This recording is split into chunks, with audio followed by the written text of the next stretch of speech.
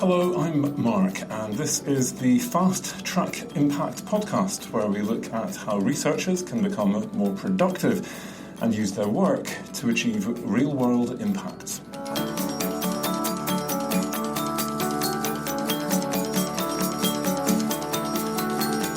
In today's podcast, we're going to be looking at how you can build your impact success network. Finding those people that you can connect with who are a few steps ahead of you on your journey to impact and who can facilitate you to have the kind of benefits that you want to see in the world. But before we get into that, I'd like to give you my research impact tip of the week. So today's tip of the week is to crowdfund some of the dissemination products that you plan to produce from your research. Are you planning to produce a popular book or an app or something tangible, some kind of technology that is going to be popular and that you want to have wide uptake? Well, how about actually getting the funding to do that so you can do something bigger and cooler and more exciting? And the great thing about doing this through a crowdfunding platform is that now you have an instant network of people who have ownership over your project, over that output that you're trying to get out there into the world. Maybe a video. Whatever it is, these guys care about it. They might even want to help you in prioritizing it, doing some market research with you for it, helping you to choose on the colors and the style or whatever it is that you want to do. And you now can reach out to these guys so that you instantly have a bunch of people who will watch that film, who will download that app, and who will be excited about what you want to do. Now, there are a bunch of things that you need to get right if you want to use these kinds of platforms. I recommend to go onto the Fast Track Impact blog and have a look at some of the do's and don'ts of this. Have a think about some of the pitfalls, because there are pitfalls to this as well. It doesn't always work out how you might expect it to. But I would encourage you to think out of the box. This isn't going to be for big projects. It's not going to last you for years and years. It's probably going to be in the hundreds and thousands rather than hundreds of thousands. But it can still make a really valuable contribution to your work, especially if you're doing a PhD. Little bits of money, a few thousand here or there, can make the world of difference between whether or not you can actually reach out with some kind of really cool dissemination product, or if it's just a case of doing something homemade yourself and making the best. I have a PhD student who actually managed to crowdfund pretty much her whole first year of her PhD until we managed to find her a scholarship. This can be substantial enough to really make a difference to your research, but most importantly, it can enable you to create cool dissemination products and give you an instant audience who care about what you've done, who can then help you to build a bigger audience for that dissemination product and get your message out even more widely. Today I want to think about who it is that we're working with to achieve our impact. And this is for you, whether you feel that you're fairly advanced in this, you've got a lot of experience under your belt, or whether you feel you're just kind of starting out. I think we can all benefit from mentoring and working with people who are just a few steps ahead of us on our journey to impact. Now, each of us will have our own particular types of impacts that we're pursuing and our own kinds of pathways that are going to be most relevant for us. So what we're trying to do in this is to think about people who we know in our networks or perhaps beyond our networks who we think are actually already achieving the kind of impacts that we want to have with the kinds of groups that we want to be working with. And the challenge of this is to reach out to these people and see if we can, in some shape or form, work with them or learn from them.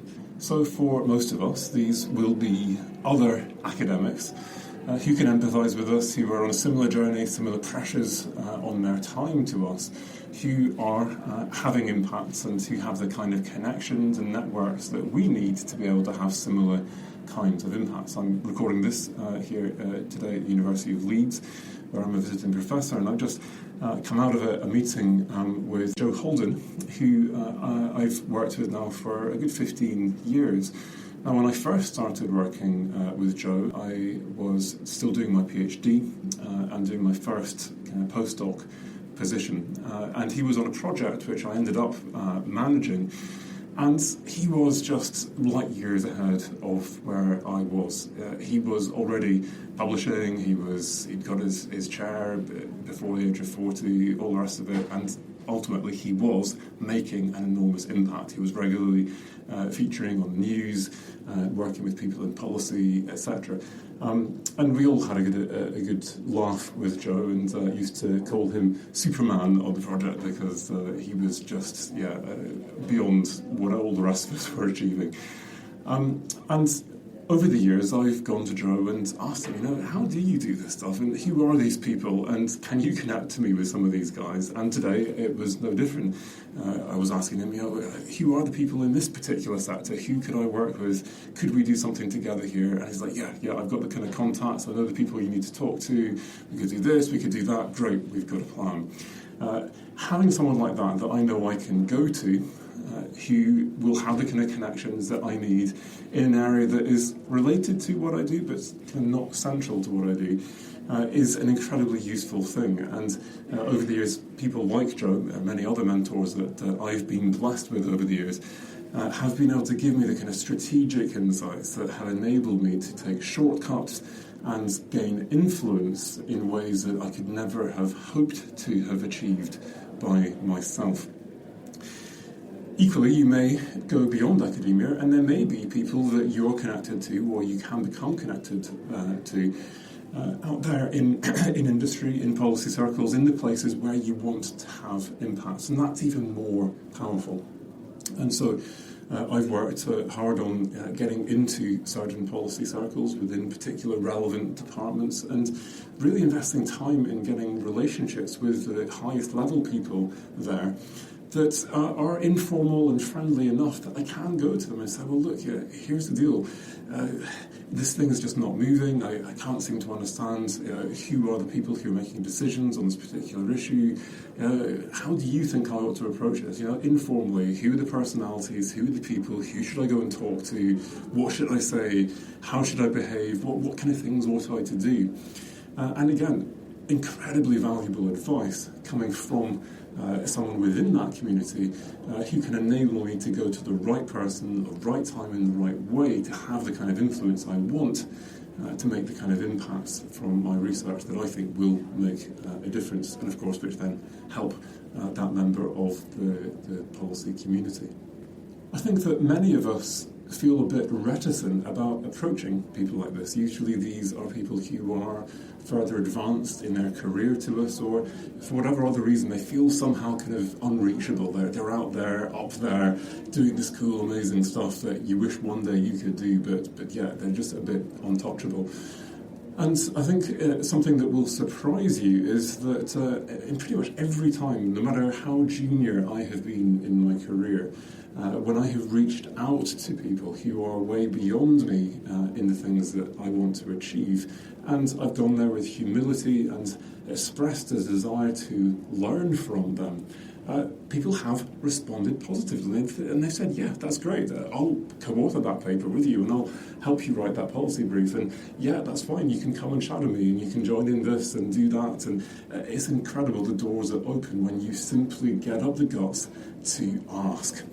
And I know myself that people now often come to me and ask for help and for mentoring and for advice on working with policymakers or becoming influential on social media. And I consider it an incredible privilege that I have something that can enrich someone else. And yeah, I might not be able to spend hours and hours and weeks with the person, but where I can add value, I will add value. So there's a tip to you if you want to reach out to me. If I've got time, I will say yes, because I want to help others. I want to have an impact. And I think people, when they get to a certain point in their career, there is that real thirst, a real desire to give something back. I know that I've got where I am because of the help, the assistance, the mentoring that I've had, and if I can do something to give back, then I will, and most other people feel similarly.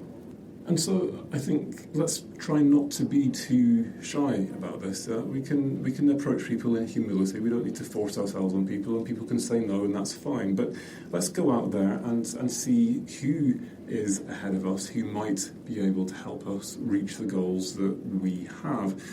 And I think it's important to think about this not just as I'm going to have one target here, I'm going to try and get this one particular person. Let's think of a few different people from different domains who are good at different things, and look at the different kinds of impacts that we want to have, the different domains we want to have those impacts in, the different pathways that we think we will need to go down. Maybe I need some help with my social media. Maybe I can find someone who has an enormous following, and I can find out from them. I'm going to be doing an interview soon with someone from Dundee University who has a phenomenal following and who's built that from absolutely nothing. As a member of support staff, and I just simply want to ask her, how on earth did you do that? Please teach me. And she's agreed, and she's going to do an interview on the podcast as well, so you'll get to listen into that conversation and learn with me. Maybe it's that I need help with public engagement, and there are people out there who've done a million really cool things with public engagement. Maybe I want to develop an app, and there's someone who's been there, they've done that, they've worked out the pitfalls, they know how to develop a brief, they've got some tips and ideas on how to do this so it doesn't cost you a fortune. Whatever that pathway, whatever the domain, there will be people who are further ahead of you. And what you can now do is to actually create an influence network of people now who you can draw upon, where you're not going back to the same person again and again and using up lots and lots of their time, but you're going now with targeted questions and getting the help that you need when you need it. And for me, this has been an incredible support. It's incredibly empowering, but it's also quite reassuring to know that there are other people out there. And when you talk to those people who felt unreachable, you often discover that, it was a rocky road to get there, and there were a whole lot of mistakes they made and traumas they had that they can tell you about, which make you feel better, and that can help you to hopefully avoid some of those traumas yourself.